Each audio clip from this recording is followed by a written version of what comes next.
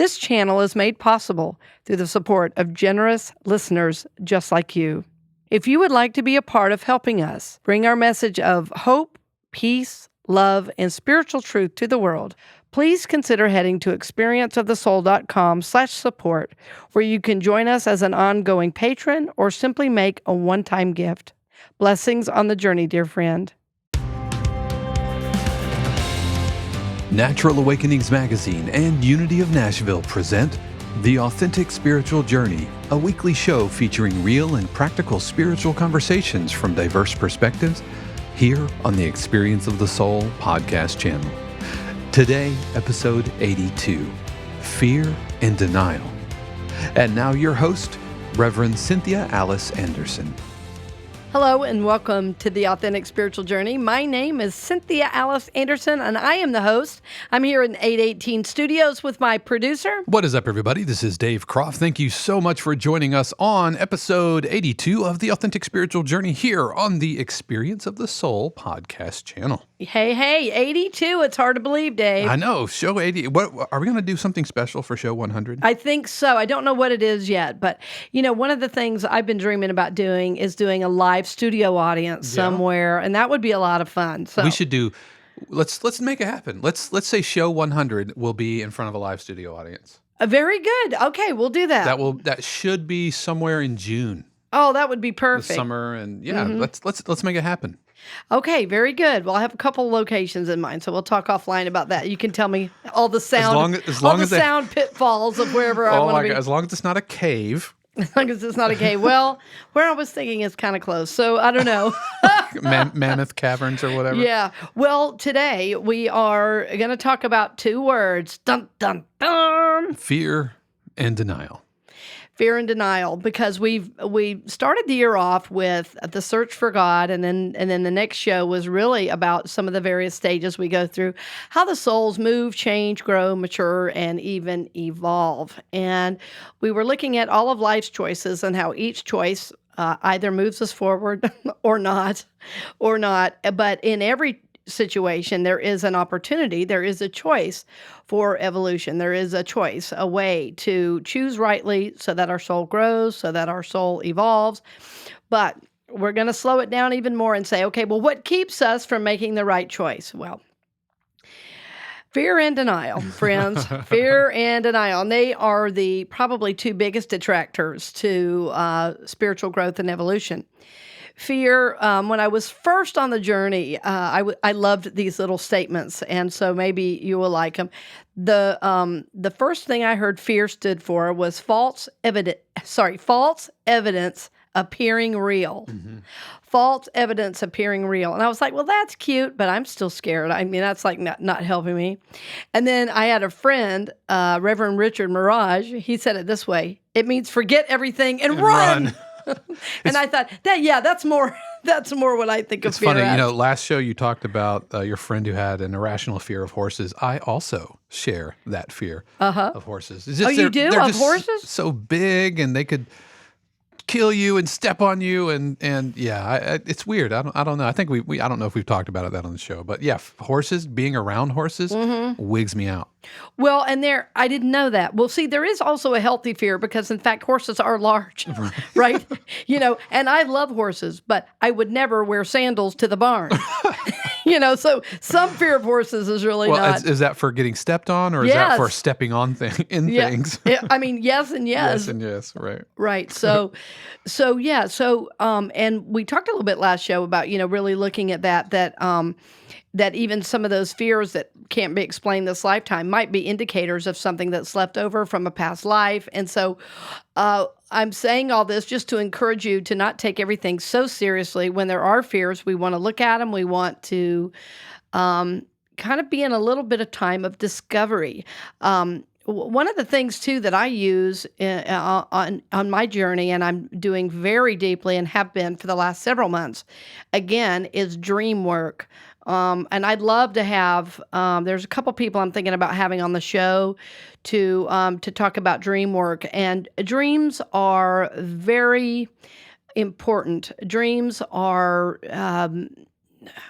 Wow, dreams are from the unconscious, right? And so they often tell us things that in our conscious mind we don't know yet and maybe don't even feel ready to hear, but somehow our soul is communicating with us through the dream state. So I've had a lot of support and help and encouragement by the direction of my dreams, and it's really been moving me forward. So I'm saying that about dreams simply as an example, as one of the ways to do a little self-discovery. And which is interesting that today's topic is fear and denial, because a lot of people have their fears manifest in their dreams. Yes. Whether it's public speaking or, everything you've heard about, your teeth falling out and water and all that kind of thing. Showing up at school naked. Right, exactly.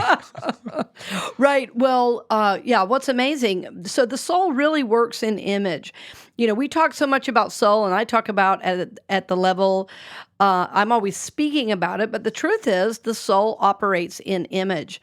And some of our greatest teachers have told us that. And by the way, if you've never seen Jung's Red Book, that's Carl Jung's Red Book.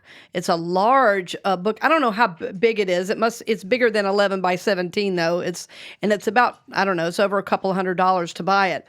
But it is gorgeous and is a beautiful Jung's Red Book is basically Carl Jung's journal. And not only is it his writing about going into the darker parts of his psyche, it's also the drawings, the paintings that he did of the characters, of the situations. Oh my goodness, what is there? And really what Carl Jung did, Dr. Carl Jung, the great psychiatrist, went into what we call the shadow pieces, went into the unconscious consciously, right? He purposely went into the unconscious to bring those things into consciousness, to see what did they have for him, how could they possibly illuminate his journey. So as we're talking about fear and denial, yes, dreams are a wonderful way to work with that. Yeah, I pulled it up to buy it. It's like $300. Yeah. But you can actually rent it. You can rent it through Amazon, actually. Oh, and you might even be able to find it in a public library. Yeah. I don't know if a public library has one, but the images are really amazing. So I'm saying all of this because images that come to us in dreams have real specific meaning, and even the beginning of the dream, called the threshold of the dream, really tells us everything. So I've been in a real self-discovery mode through my dreams. So fears are there to be healed. Fears are there to be healed. And what we usually do is we say, well, I'm scared of that, so I'm just going to avoid it. Can I have an amen? Amen. Amen, honey. That's why I don't try new things at restaurants. Oh, that's right. You are interesting to go out to eat with. That's Yeah, true. I'm get the one thing. That's one thing. And some of it, and Shannon will call me on it. It's like fear of the unknown. Like I don't want to say I don't like, but like if I don't know exactly where we're going, I get like super tense. Oh, And yeah. so GPS and that's been a godsend for that. But yeah, like I get all weird. If we get lost, I get really stressed out. Yeah. Yeah. Not knowing where you're going is very Exactly. is very stressful. Well, and again, what's so wonderful, if you know that's a fear, it's really important to support yourself. Like you're saying, well, at least have GPS and that helps. So friends, I'm not saying if you have a fear, pretend you don't have it and just charge forward into the unknown. Right. If you're afraid of snakes, don't jump into a pit of snakes. Although a friend of mine was telling me one time that she goes, oh yeah, this friend took scuba diving because she was scared of the water. Don't you think there would have been a better way to do it? Take a bath. Start with that. And you know what's funny is I was thinking, well, that's why I took scuba diving. I mean, maybe I shouldn't tell her. Wow. So years ago, as a child, I was caught on a riptide. It was in Florida. I was caught on a riptide, and of course, no one was watching me. So getting out of that was really scary, and it was over by the dock, and there were sharks. It was a scary situation. So as I got older, I was really scared of the dark water. I never wanted to go out in the ocean. I had to go right up to my knees. It's like, okay, that is far enough. Thank you. Thank you. I'm done. And as an adult, I thought this is ridiculous, and so I had this friend that wanted to do a diving trip. Well, out of the blue, I had won this scholarship it was actually for teaching, and I spent all the money on the instruments and stuff that I needed, and it was like it was a gift. I could do whatever I wanted with it, and I thought, I wonder if I should learn to go scuba diving. So I took the money, I took the class, and I was the only woman in the class, which is interesting. But boy, what a wonderful experience! I said to the instructor, "Here's the deal. I'm afraid, but I do know how to swim, and I think I can do it." And he said, "Well, here's the cool thing about scuba. You'll have a buddy taking you through it." And so, of course, I got the biggest guy there. I said, "He's my buddy." I was thinking, I want the biggest, meanest looking guy there. And the guy was a butcher. That's what he did for his work. Wow. He was a butcher. And he was an awesome buddy. And so one thing did happen when we were down there, and I got a little scared. The regulator came out of my mouth, and I couldn't breathe. And the instructor just grabbed it and shoved it back in my mouth, and I could breathe again. And then he did something really important. He took my buddy's hand and he just put it in my hand. And the instructor looked at me. They always say, okay, it's the okay sign. And I was like, okay. And I thought, you know what? No matter what happens, my instructor could undo this in 15 seconds or less. I'm not going to die. And I have a buddy right here, somebody really capable. So I'm saying all of this, one to say, you're going to know the best way to handle the fear. What we don't want to do is completely avoid it. But what we also don't want to do is pretend it isn't there, because we could get ourselves in a situation that's irresponsible. Like if you're scared of horses, you don't just go jump on the back of a horse. That's dangerous for you and the horse. Right. Yeah. Well, there's a wild horse in a field. But what you could do is go with a friend to a barn or go to a place where you could be led around easily on a 25-year-old 25-year-old mare. So like a petting zoo experience? Yeah, kind of like a petting zoo experience. If you decided that was important to you, and so the fear really, well, any fear that's controlling us is not good because it's keeping us from moving forward. Some fears are there for a very specific reason. As I said last show, really intensively, it could be from a past life that's left over, or it could be your soul telling you to beware of a certain situation. So you want to honor it, but you don't want to let it control your life. So many fears that I'm really speaking of are fears that cause us to not move forward on the soul journey. So what's so interesting, as I said at the beginning, false evidence appearing real. Fears are usually based in non-reality rather than reality. This the idea that something catastrophic is going to happen if you find yourself. I'm not making fun of this at all. No. That a church group goes to a barn, and the one person the horse is going to pick on is you, and all of this stuff. So that fears tend to be irrational, but the opposite of fear, really, in one way, is denial, because sometimes we need to be afraid and we're not. Does that make sense? Yeah. Usually we talk about denial like you're denying your goodness, but I saw a place in my life where I was rationalizing away bad behavior, and I was allowing other people to say and do things to me that were not good and were not respectful.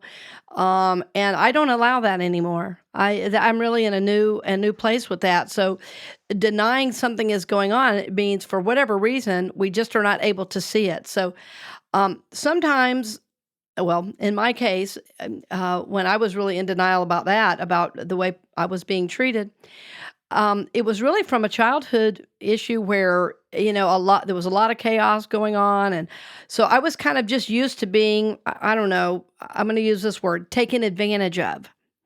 And so it took a lot of spiritual effort to really come out of denial and to quit rationalize. It was like, you know what? This doesn't feel good. I'm going to say, this does not feel good. Or, it happened to me too just the other day. I had a question about a bill at a doctor, and it was a lot of money. And I had said to the woman on the phone, really like to talk to you about this bill. Well, I don't make any of those decisions, she said. I said, I said, okay, I understand. And then she came back at me stronger. And I said, I don't understand the way you're speaking to me right now, but I would like to speak to the person in charge. And I thought because you are an employee of this business, that you could receive this feedback. If you're unable to, I will be happy to talk to the manager. But I thought, I am not going to be hammered by this person on the phone. I said, I'm not angry with you. I'm not raising my voice. I just need you to hear this feedback. And in the past, I might have gone, oh, well, I'm sorry, blah, blah, blah, blah, and apologize for simply having a concern about where hundreds of my dollars were going. Right. I would have every right to that conversation. So I'm learning to speak up. To speak up for myself. I'm learning to not allow certain behaviors because the denial has been broken, right? When we're in denial, it means we're not seeing what's really happening, right? We're not seeing what's really happening. That's what denial means. So the question to be asking yourself right now is, am I in fear and denial about something?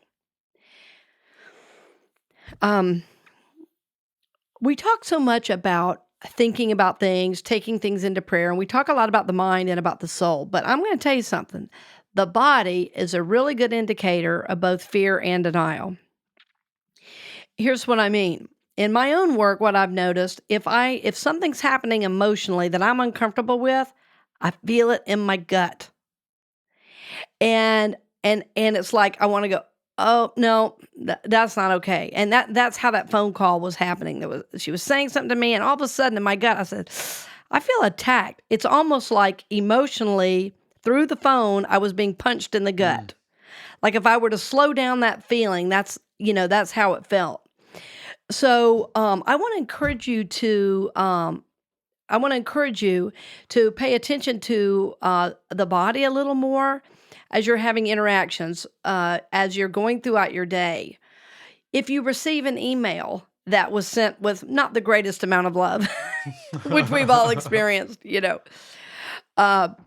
and by the way, we can also read so much. We've gone into that in the show before, where we just read a little too much into it that's not there because of maybe where we are that given day, or maybe it was a crappy email, but still, how are we receiving that? And so if we are receiving something in a real negative way and we avoid it, well, we're either in fear or denial or both.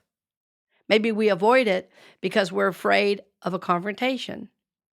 Maybe we're in denial because it's just easier and then we don't have to deal with it. Sometimes, this therapist I had years ago said to me, your family has an amazing sense of denial. And I thought she was going to say something positive, and she said that, and I was like, oh, yeah. Oh, yes. So the body is a good indicator when you might be in fear or denial. So pay attention to that. We often feel fear in the upper part of our body where we breathe, often in the chest. If we're we will also often not breathe very well or very deeply when we're in fear. It's like we're in fear breathing. We are breathing from the chest only, and it's like a catastrophe is about to happen. So it's important to pay attention because your body is both the teacher and a healer for you on the journey. So I hope this is helping you, friends. And remember, fear and denial are the two biggest detractors, unfortunately, to spiritual growth. So the reason we're talking about them deeply today is we want to help you and encourage you in moving out of those and into more growth and evolution. So yeah, especially here at the front end of 2020. Yep, because there's a lot of things we want to do, and there's a lot of dreams we've got that want to make manifest, and we don't want our fear and denial to hold us back. So we'll be right back after this message to talk about more. We'll return to the program in just a few moments, but first, we wanted to give a special word of thanks to our podcast partner, Natural Awakenings Magazine of Central Florida, Greater Orlando. Each month, Natural Awakenings magazines across the country take a practical look at the latest natural approaches to nutrition, fitness, creative expression, personal growth, and sustainable living. Natural Awakenings magazine is a free publication and is available in selected stores, health and education centers, healing centers, public libraries, and wherever free publications are located. You could learn more, including advertising opportunities for your business, by calling 407-628-0000 0705. Also, we would like to extend our special thanks to Unity of Nashville, a sister ministry of CCU Orlando. If you're searching for a like-minded church community and a personal connection that supports your heart and mind in the Central Tennessee area, then join Unity of Nashville at 10 a.m. every Sunday at 5125 Franklin Pike. For more information, head over to unityofnashville.org. And now we return you to this week's episode of The Authentic Spiritual Journey with your host, Reverend Cynthia Alice Anderson. Hello and welcome back. I was going to say to the Authentic Spiritual Journey. You know that's what you're listening to. I can't believe we're at show 82 again. I'm just really reminiscing about that. We feel so honored for all the people who are joining us from around the world. I'll tell you, the next show we should say how many downloads we're to. I know it's over 50,000, and I'm sure it's 40 countries plus, and I can't tell you what that means to me. And even for my class, I think I mentioned last week that there are people all over the country, and I think we have all the time zones in the U.S. I'm not sure there's Pacific, but I know there's 3. So, because there's Eastern Mountain and Central for sure, and there might even be one in Pacific. So I'll check that out tonight in class. But we're at 55,000 downloads. 55,000 downloads. That is incredible, friends. So thank you for all the ways you share the show with your friends, with your loved ones, and even on social media too. It's really cool, and we love the people who subscribe on the YouTube channel as well. I don't say enough about that. I'm really a terrible self-promoter, but I'd like to change that because the more you support the show, the more I say about the show, the more people know about it, and the more people wake up to these ideas. And I don't know about you, friends, but I think fear and denial are running the world right now, and we see how far it's gotten us. So if you're listening to this right now and you want to see Alice Anderson, then Cynthia Alice, I'm sorry. That's fine. Then check out youtube.com/Cynthia Alice Anderson, where every week we put this episode up. Yeah. Cynthia Alice Anderson, CynthiaAliceAnderson.com. Bam. Boom. Boom. We'll put a link to that in the show notes. I think it's important that I really share, we're talking about fear and denial because I don't want to talk about them in general terms. One of the things that used to be a real fear of mine, Dave, is that I was afraid of what people would say about me. What people would say about me if I made a choice, if I said a certain thing, if I did a certain thing. And friends, I'm something about being 50. I'm kind of over that. I think I'm over that. It'll come up from time to time, but I made a recent decision at CCU Orlando, and I got a lot of feedback. I did a lot of talking, a lot of listening. The choice was to go from 2 services to 1. And the reason I made the choice to go from 2 services to 1, well, there were a number of reasons. One was, one of the reasons was I think it's a better energy instead of having a scattered energy, because we have anywhere from 40 to 100 at the 9 a.m. and anywhere from 175 to 275 probably at the second service. But if we put them all together, it'll be a really full 1 service. So that'll be really cool. And I even created an affirmation for it: 1 people, 1 God, 1 energy. 1 service, at 10:30 a.m. and that's starting February 16th. Right. So anyway, in the past, that would have been a very hard decision for me to make because it will impact a lot of people. There are people that will have to change their habit on a Sunday morning, but I know it is the best choice for the church. It does save a little money, although that wasn't the driving force behind it. It was really an energy. It's a lot of output, especially when people can just sleep in an extra hour and come to the later service. So the 10:30 service is a wonderful idea. The 10:30 service will be great energetically, and it was an important decision to make. Had I listened to old tapes of fear and denial, like, oh, well, I guess we can just keep going forward, blah, blah, blah. Every time I thought about staying at 2 services, I had that feeling in my gut I'm talking about. I would go, it just doesn't feel right to keep a 9 and 11. And the other thing that's happening, and many of you know, as our listeners, you watch online. I've made it very easy for people to join us online through the podcast, through YouTube, through live streaming. It's like, how many ways do you need to get CCU Orlando? We're providing them. And so because a large number of people are watching online now, we have 50 to 100 people watching live. And then after that, hundreds of people just in Florida alone are watching online after the fact. So trends are changing. Right. We don't have to do 2 services to reach the hundreds of people. We can do it in one and know there's 100 sitting at home in their jammies, drinking a really good cup of coffee. Or in China. Or in China. Or the Philippines or Spain or exactly. Or California. Right. And so instead of forcing, okay, well, we've always done 9 and 11, and I don't want anybody to get mad. There's always anytime you make a change in a church, there are opinions. There are opinions when you don't make changes, frankly. Well, yeah, that's because church is so personal for it is for so personal. Everybody comes to whatever church you go to. That's a very personal decision, and there are things about it that draw you to the church, whether it's the music or the speaker or the kids program or the time of service. So if you came to CCU because there was a 9 a.m. service and that's going away, then I could see why that would affect them. However, you can't, as the leader, you can't let that overshadow what you feel Spirit and the universe is leading you to do. Exactly. Well, right. And when I was first thinking of the idea, I hadn't figured out yet we could provide a 9 to 10 o'clock meditation service in the Peace Chapel. So anybody that absolutely has to come at 9, we're going to be providing something for them too. So yes, it was a tough decision, but the right decision for the church.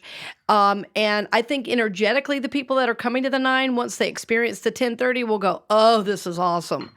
And then if somebody works and has to have something at 9, again, we'll serve their spiritual needs there. So I said all that for a number of reasons. One, I know a lot of CCU people listen to the podcast.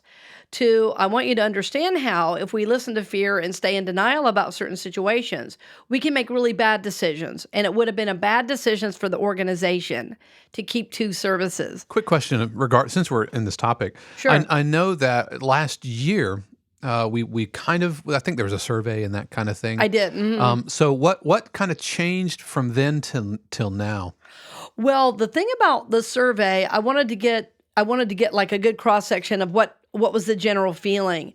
And there were probably about 50% that were fine with any change. There was probably a percentage of maybe 25% who said it would be a real problem not to have the 9.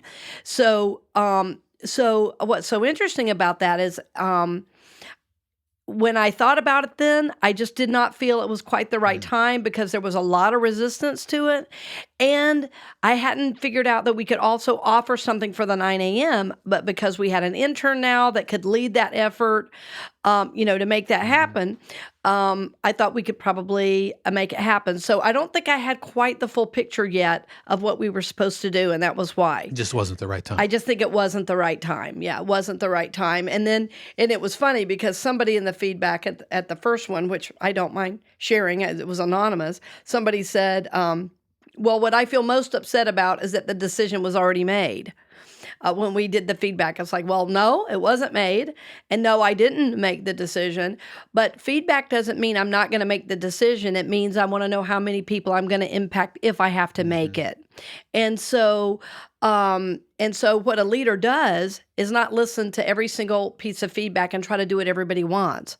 A leader listens to what the feedback is and then makes the best decision for all concerned as much as possible. Right. And there are going to be negative impacts to any decision and far more positive ones. Right. Really trusting my guidance, trusting my voice, and not living in fear has helped me be a leader with more clarity about what's mine to do. I think it's really refreshing to hear that. I mean, how long have you been in ministry? How long have you been a pastor? Oh, yeah, long time. And it's just really refreshing and encouraging, from my side to hear that this is something that you're still growing and learning through. Oh, for sure. Yes, for sure. Because bottom line is, I love people and I want everybody to be happy. It's like, I've shared often that one of my favorite teachers, Don Jennings, in school, and he's made his passing since, but one of my favorite teachers, Reverend Don Jennings, used to say, "You have one job, to comfort the afflicted and afflict the comfortable. That's the whole job." Right? And so I like for people to be happy, right? I don't want to Right. afflict the comfortable. Yeah. I want people to be happy, and I love supporting people spiritually. And so sometimes if I make a decision and it's tough for people, I go, "Oh, bummer," because I like you and I don't want to lose you, but I gotta let you go if you want to go, Right. And that's part of church work. People come and go, but it's a hard part of the job when we lose good people for whatever reason. Right. So, and by the way, friends, if you have left, there's always a door to come back. We love you. We bless you. Yeah. So. Yep. So friends, this is about fear and denial, and how are we denying what's really going on? And so often, as we talk about denial, we are talking about what are we not seeing about ourselves. It can also be what are we not seeing about the world.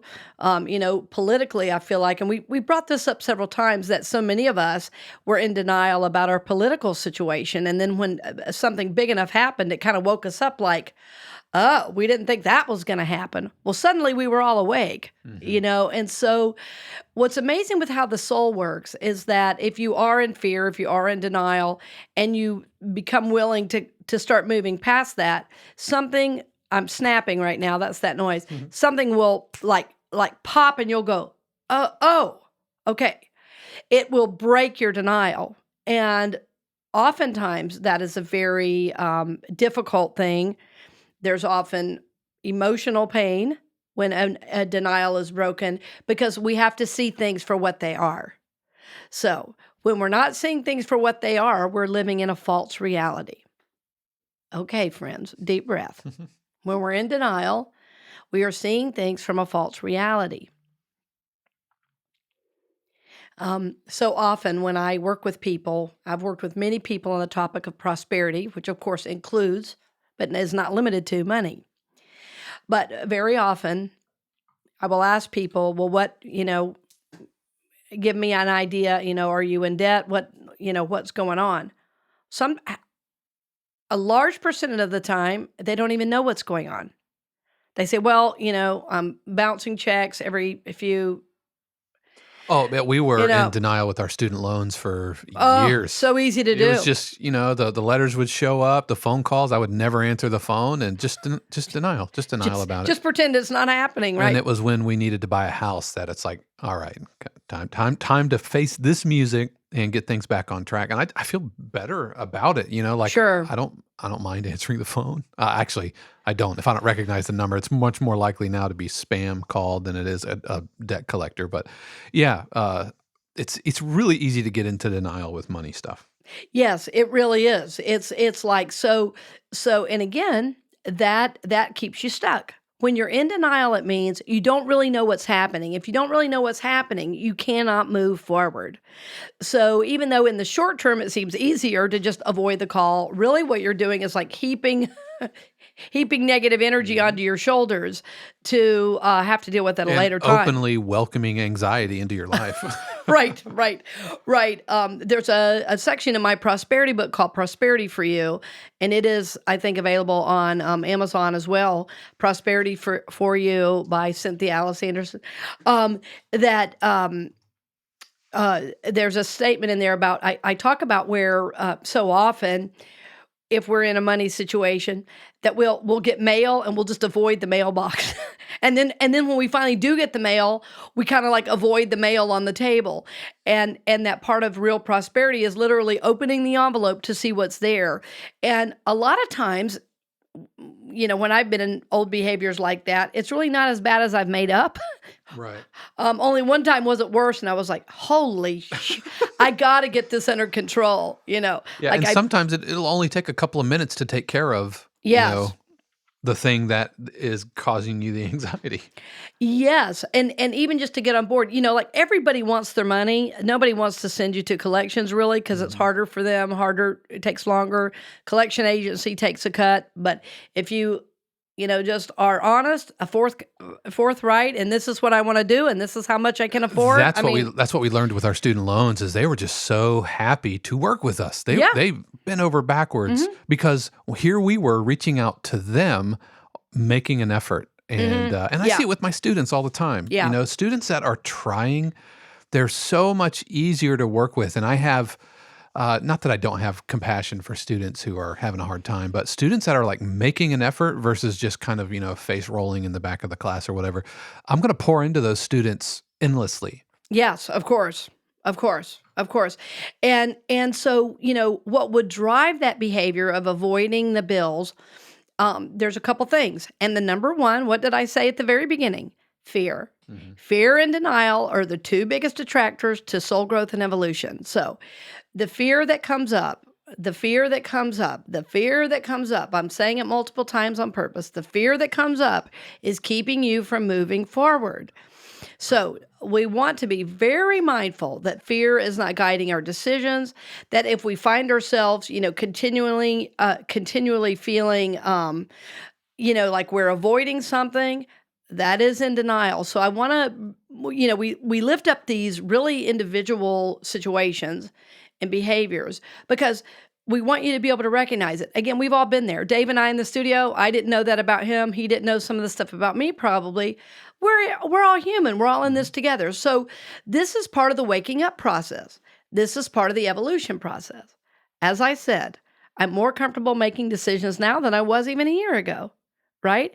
And that is because I've worked on myself. That is because I've moved out of denial. That is because I've moved out of fear and just really held on to the fact God loves me. I'm loved and supported by the universe. If this is so, I can survive if somebody is unhappy with a decision.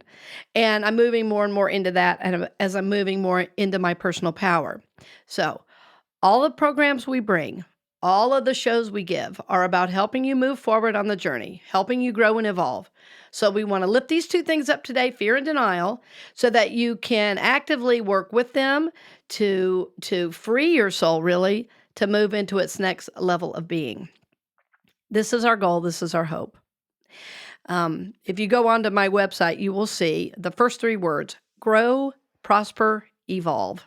We're going to put a link to my website in the show notes. This is what we're here to do, grow, prosper, and evolve. With this in mind, friends, we will sign off for today. Just know we love and support you on the journey. And if ever there's a topic that you need support on or you want to hear more about, please feel free to email us. Dave, will you give them that place to do that? Well, they could connect with us at experienceofthesoul.com/contact, I believe. I'm going to make sure I get that. I think it's /contact. Yeah, I think it is. Okay. Thank you again, friends, for joining us. Please do share the show with your friends and loved ones. Share it on social media. Let's lift up our world and move out of fear and denial so we can be more in love. That's the idea. Yeah, and be sure to tune in next week. We have a very, very, very special guest who we had a fantastic conversation with. And looking forward to hearing that. Should we say? I don't want to spoil anything. Yeah, right. You have to tune in to get it. Yeah, you have to tune in. But we have a very, very special guest coming to next week's show. Thank you for joining us, dear friend. Blessings on the journey. We hope you've enjoyed this episode of The Authentic Spiritual Journey, presented by Natural Awakenings Magazine and Unity of Nashville.